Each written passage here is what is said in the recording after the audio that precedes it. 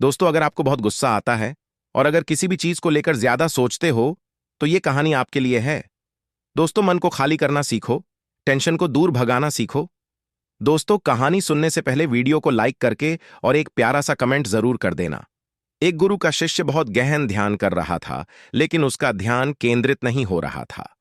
उनका मन सदैव विचारों से भरा रहता था।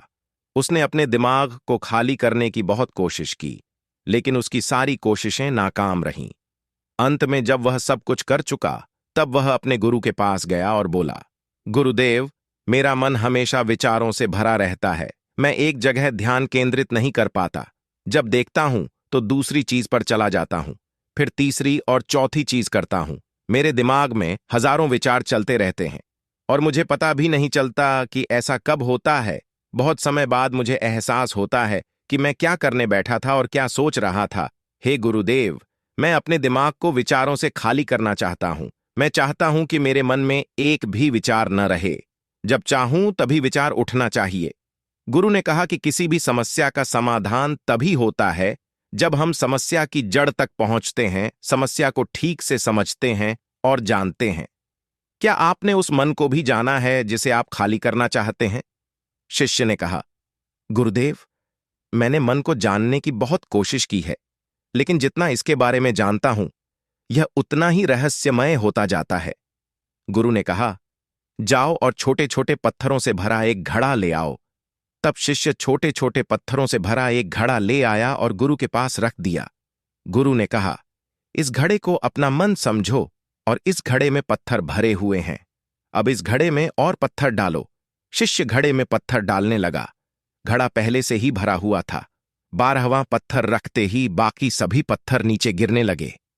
तब गुरु ने कहा, रुको और ध्यान से देखो।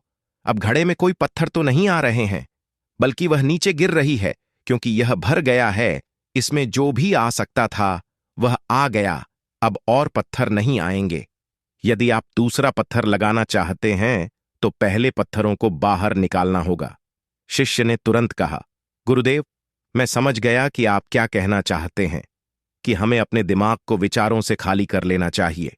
गुरु मुस्कुराए और गुरु ने कहा, पहले पूरी बात समझो और फिर दिमाग को खाली करो। गुरु ने कहा कि हमारा मन इस घड़े के बिल्कुल विपरीत है। तुम घड़े को पत्थरों से तो भर सकते हो, लेकिन मन को विचारों से नहीं भर पाओगे। मन हमेशा खाली रहता है। शिष्य ने कहा, गुरुदेव, मुझे कुछ समझ नहीं आ रहा है। अगर दिमाग हमेशा खाली रहता है तो हम उसे खाली करने की कोशिश क्यों करते रहते हैं? इसकी क्या जरूरत है? गुरु ने कहा, इस घड़े से एक एक करके सारे पत्थर निकालो।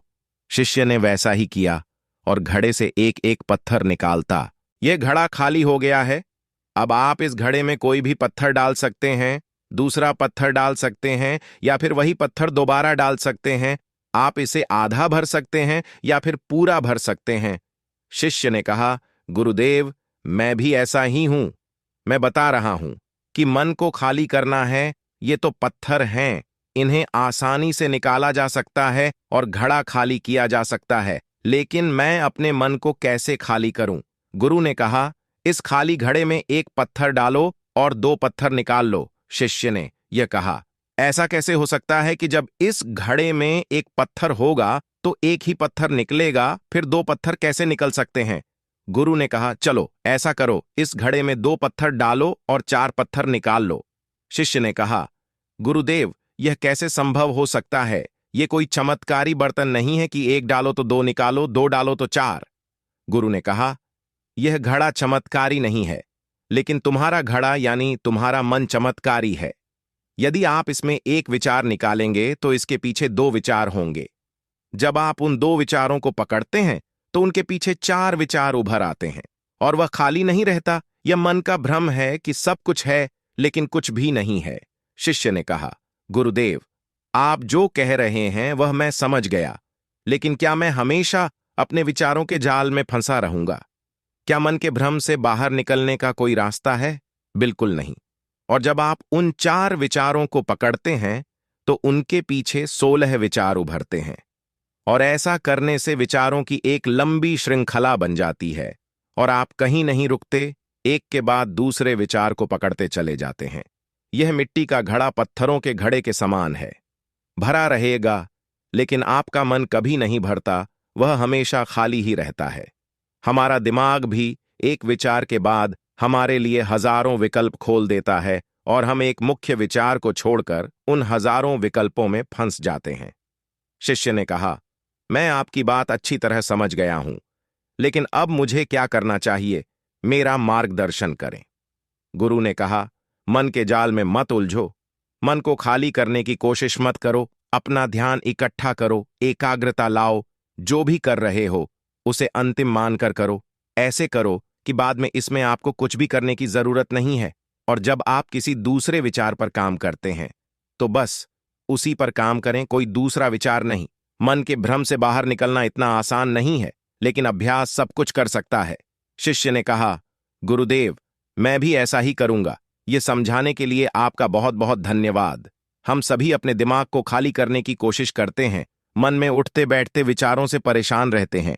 हम चाहते हैं कि ये विचार कहीं चले जाएं और हम शांत हो जाते हैं, लेकिन जितना हम इन विचारों से दूर भागते हैं, हम विचारों का उपयोग करते हैं कि वे हमें शांत करते हैं, और वे आपके उन्हीं विचारों से जुड़े होते हैं जिन्हें आप छोड़ना चाहते हैं। इसलिए ये विचार इतनी शक्तिशाली हैं। जब आप सोचना ही नहीं चाहते तो आप शांत रह सकते हैं। यह तभी संभव है जब आप शांत रहने की कोशिश करना बंद कर दें और अपनी समस्या को हल करने पर ध्यान दें। ध्यान केंद्रित करें और समझें कि चिंता करने से नहीं, बल्कि सोचने से समाधान मिलता है। गुरु ने कहा, इस मिट्टी के बर्तन को पत्थरों से आधा भर दो। शिष्य ने वैसा ही किया। फिर गुरु ने कहा, अब इन पत्थरों में से एक पत्थर चुन लो और उस पत्थर की एक छोटी सी मूर्ति बनाकर मुझे दे दो। मैं जानता हूं कि तुम एक अच्छे कलाकार हो। जब शिष्य ने 11वां पत्थर निकाला और उस पत्थर को तराशना शुरू किया तो उसे एहसास हुआ कि यह पत्थर अच्छा नहीं है। तो उसने घड़े से दूसरा पत्थर निकाला, उसे वह पत्थर भी पसंद नहीं आया। फिर उसने तीसरा पत्थर निकाला, उसका रंग उसे पसंद नहीं आया। फिर उसने चौथा पत्थर निकाला, लेकिन उसे इस पत्थर में एक दोष निकला। इस प्रकार उसने लगभग सभी पत्थर बाहर फेंक दिए। उसे ऐसा करते देख गुरु ने कहा, वह पत्थर जो तुमने पहली बार निकाला था, यह समझकर उसी पत्थर की खोज करो कि तुम्हारे पास कोई दूसरा पत्थर नहीं है। तब शिष्य ने उस पत्थर को ही खोजना शुरू कर दिया और उस पत्थर से उसने अपने गुरु की एक बहुत ही सुंदर मूर्ति बनाई और अपने गुरु को भेंट की और कहा, बहुत सुंदर, इस पत्थर से मूर्ति बनाई जा सकती है। मैं इसका विचार भी नहीं कर सकता था। गुरु ने कहा कि जब कोई दूसरा विकल्प नहीं है तो हम अपनी सारी ऊर्जा उसमें लगा देते हैं और उसे सर्वश्रेष्ठ बनाते हैं। जब कोई दूसरा विकल्प है तो हम सिर्फ पत्थर चुनते रहते हैं। मान लीजिए कि मूर्ति नहीं बनाई गई है। दोस्तों, आशा करता हूं आपको यह कहानी अच्छी लगी होगी। अगर आपकी यह कहानी अच्छी लगी है तो चैनल को सब्सक्राइब जरूर कर दे। धन्यवाद।